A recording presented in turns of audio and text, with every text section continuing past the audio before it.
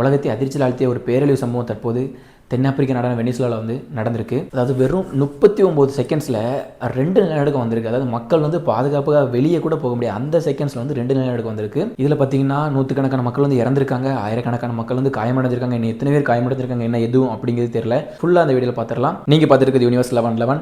இப்போ தான் நம்ம சேனல் ஃபஸ்ட் டைம் வரீங்கன்னா மறக்காமல் சப்ஸ்கிரைப் பண்ணி பெல் ஐக்கனை கிளிக் பண்ணிடுங்க. அப்போ தான் உலகத்தில் எங்கே என்னென்ன விஷயம் நடந்தாலும் நான் வந்து உங்ககிட்ட வந்து கொண்டு சேர்க்க முடியும். நீங்கள் அதுக்கு பண்ண வேண்டிய ஒரே விஷயம் ஜஸ்ட் சப்ஸ்கிரைப் பண்ணி பெல் ஐக்கனை கிளிக் பண்ணி வச்சிருங்க. ஜூன் 24, 2026 அன்னைக்கு பார்த்தீங்கன்னா வெனிசுலாவில் எல்லா மக்களும், அதாவது ஈவினிங் டைமில் வந்து வேலையை முடிச்சுட்டு ஸோ ஃபேமிலி கிட்ட டைம் ஸ்பெண்ட்றதுக்காக வீட்டில் வந்து பாதி பேர் டிவி பார்க்குறதா இருக்கட்டும், அப்புறம் வந்து வீட்டில் அவங்க சமைக்கிறதா இருக்கட்டும், வீட்டில் வந்து குழந்தைங்களோட டைம் ஸ்பெண்ட் இருக்க நேரத்தில் பார்த்தீங்கன்னா நிலநடுக்கம் வந்திருக்கு. உள்ளே வந்த உடனே பில்டிங் வந்து கொஞ்சம் வைப்ரேஷன் ஆன எல்லாருக்கும் வந்து ஃபீல் இருந்திருக்கும்ல. வைப்ரேஷன் ஆனவுடனே பாத்திரம் எல்லாமே தானாக கீழே விழுந்திருக்கு, வீட்டில் இருக்க எல்லா பொருளும் தானாக கீழே வந்து உடைய ஆரம்பிச்சிருக்கு. ஸோ இந்த டைமில் வந்து மக்கள் எல்லாம் சுதாரிச்சு ஜஸ்ட் கீழே நம்ம போகலாம் அப்படின்னு நினைக்கிறதுக்குள்ளே அடுத்த ஒரு நிலநடுக்கம் ஜஸ்ட் ஒரு 39 செகண்ட்ஸ்க்குள்ளே. ஏன்னா 39 செகண்ட்ஸில் நீங்கள் வந்து ஃபஸ்ட் ஃப்ளோரில் இருக்கீங்க அப்படின்னா நீங்கள் கீழே வரதுக்கே உங்களுக்கு கிட்டத்தட்ட ஒரு 2 மினிட்ஸ் அது ஆயிரும். ஆனால் வந்து ஜஸ்ட் 39 செகண்ட்ஸில் நீங்கள் மக்கள் வந்து அடுத்து வெளியே வரக்கூட அதுக்கு டைம் இல்லாத அளவுக்கு வந்து அடுத்த ஒரு நிலநடுக்கம் வந்திருக்கு. ஃபர்ஸ்ட் நிலநடுக்கம் வந்து பார்த்தீங்கன்னா 7.2 ரிக்டர் அளவுக்கு வந்து வந்திருக்கு. ரெண்டாவது வந்து 7.5 அளவுக்கு வந்திருக்கு. ஃபஸ்ட்டு அந்த ஒரு 7.2 ரிக்டர் அளவில் வரும்போது என்னென்னா மக்கள் வந்து கொஞ்சம் சுதாரிச்சுட்டு வெளியே வரதுக்குள்ளே அடுத்த 7.5 அளவு ரிக்டரில் வந்து நிலநடுக்கம் வந்துருச்சு. வந்த உடனே என்ன ஆகும் அப்படின்னா ஃபஸ்ட்டு ஆல்ரெடி வந்த உடனே பில்டிங் கொஞ்சம் வீக்காக இருக்கும். ஏன்னா வந்து ஃபர்ஸ்ட் ஒரு ஷேக்கிங் உடனே பில்டிங் எல்லாமே கொஞ்சம் வீக்காக இருந்த உடனே செகண்ட் டைம் வந்த உடனே என்னாச்சு அப்படின்னா பில்டிங் எல்லாமே வந்து உடஞ்சி விழ ஆரம்பிச்சிருச்சு. அடுக்குமாடி குடியிருப்பாக இருக்கட்டும், ஹாஸ்பிட்டலாக இருக்கட்டும், எல்லாமே இடிஞ்சு விழ ஆரம்பிச்சு. ஏன்னா வீக்காக இருக்குது எல்லாமே இடிஞ்சு விழ ஆரம்பிச்சிட்டு இதில் வந்து பார்த்தீங்கன்னா மக்களும் நிறைய பேர் மாட்டிக்கிட்டாங்க. ஸோ நிறைய பேர் மாட்டி அதில் பாதிப்பாயிருக்காங்க.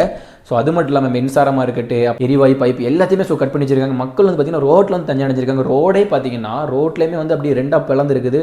அதில் வந்து பாதிக்கப்பட்ட ஒரு பெண்மணி என்ன சொல்கிறாங்க அப்படின்னா, ஆக்சுவலி இதெல்லாம் வந்து பார்த்தீங்கன்னா எனக்கு வந்து ஒரு ஹாரர் மூவியில் பார்த்த மாதிரி தான் இருந்துச்சு. ஏன்னா வந்து அப்படி வீடு எல்லாமே அப்படி இந்த சோர்லாம் இடிஞ்சு விழுந்து ஸோ அந்த மாதிரி ஒரு பயங்கரமாக இருந்துச்சு. என்னால் வந்து அதை வந்து கற்பனையில் கூட நினச்சி பார்க்க முடியல இன்னொரு வாட்டி அப்படிங்கிற மாதிரி வந்து அதில் வந்து பாதிப்படைஞ்ச ஒரு பெண்மணி வந்து பேட்டி கொடுத்துருந்தாங்க. இன்னும் ஒரு சிலர் பார்த்தீங்கன்னா தன்னோட சொந்தக்காரங்களை தேடிட்டு இருக்காங்க, எங்கே இருக்காங்க என்ன அப்படிங்கிறது யாருக்குமே தெரியல. ஏன்னா வந்து எந்த பில்டிங்கில் எப்படி இடிஞ்சு விழுந்து மாட்டிருக்காங்க அப்படிங்கிறது யாருக்குமே தெரியல இன்னும். இப்போ நம்ம வீட்டில் ஒருத்தங்க வெளியூரில் இருந்தாலும் நம்ம வந்து 1008 தடவை ஃபோன் அடித்து விசாரிப்போம் நம்ம எப்படி இருக்கீங்க என்ன அப்படின்ட்டு. இப்படி ஒரு நிலநடுக்கம் நடக்கும்போது நம்மளோட சொந்தக்காரங்க எப்படி இருக்காங்க என்ன பண்ணுறாங்க, அதாவது தம்பியோ தங்கச்சியோ அண்ணனோ அம்மா யார் எங்கே இருந்தாலுமே எல்லாருக்கும் ஒரு பதட்டம் இருக்கும்ல. ஸோ மக்கள் வந்து அதில் தேடி அலைஞ்சிட்டு இருக்காங்க, ரொம்ப கஷ்டப்பட்டு இருக்காங்க. வெனிசுலாவோட தலைநகரான கேர்கஸ்ல தான் பார்த்தீங்கன்னா நிலநடுக்கமே அதிகமாக வந்து பாதிப்படைஞ்சிருக்கேன். அதிக பில்டிங்ஸ் எல்லாமே டேமேஜ் ஆனது அங்கே தான். இந்த நிலநடுக்கத்தில் பார்த்தீங்கன்னா தற்போதைக்கு 164 பேர் இறந்துருக்காங்க. ஸோ இன்னும் 1000 பேர் வந்து காயமடைஞ்சிருக்காங்க. இன்னுமே வந்து மீட்பு பணிகள் வந்து கண்டினியூஸாக போயிட்டு இருக்கு. ஏன்னா வந்து என்னாச்சு ஏதாச்சும் தெரியல, இன்னுமே வந்து கண்டினியூஸாக வந்து மீட் பண்ணி நடந்துகிட்டே இருக்குது. 24 ஹவர்ஸுங்க மாதிரி தான் வந்து கண்டினியூஸாக வந்து தீயணைப்புத்துறையாக இருக்கட்டும் எல்லாருமே வந்து அவங்க ஃபுல்லாக ஃபோக்கஸை போட்டு தீயணைப்புத்துறையாக இருக்கட்டும் எல்லாருமே வந்து கண்டினியூஸாக ஒர்க் பண்ணிகிட்டே இருக்காங்க. ரெஸ்ட் எல்லாம் ஒர்க் பண்ணி இன்னுமே வந்து தேடிட்டு இருக்காங்க. அந்த இடிபாடு கீழே வந்து நிறைய பேர் சிக்கியிருப்பாங்க, அதனால நிறைய சான்சஸ் இருக்குது. ஏன்னா வந்து எல்லாருமே வந்து வீட்டில் ஈவினிங் டைம் அப்படிங்கிற வீட்டில் வந்துருப்பாங்க நிறைய பேர். ஸோ அதனால் வந்து நிறைய பேர் தேடிட்டு இருக்காங்க இன்னுமே. இந்த நிலநடுக்கம் வந்து எதுக்காக வந்துச்சு அப்படின்னா வெனிசுலாவோட கரீபியன் தென் அமெரிக்காவோட புவித்தட்டு ரெண்டுமே சந்திக்கிற இடம். இந்த புவித்தட்டு வந்து நகர இந்த அழுத்தம் வந்து பெரிய அழுத்தமாக இருக்குது. ஸோ இந்த அழுத்தத்தின் காரணமாக தான் வந்து நிலநடுக்கம் வந்திருக்கு. அதனால தான் இவ்வளோ பெரிய பாதிப்புமே அப்படிங்கிறது வந்து விஞ்ஞானிகள் சொல்கிறாங்க.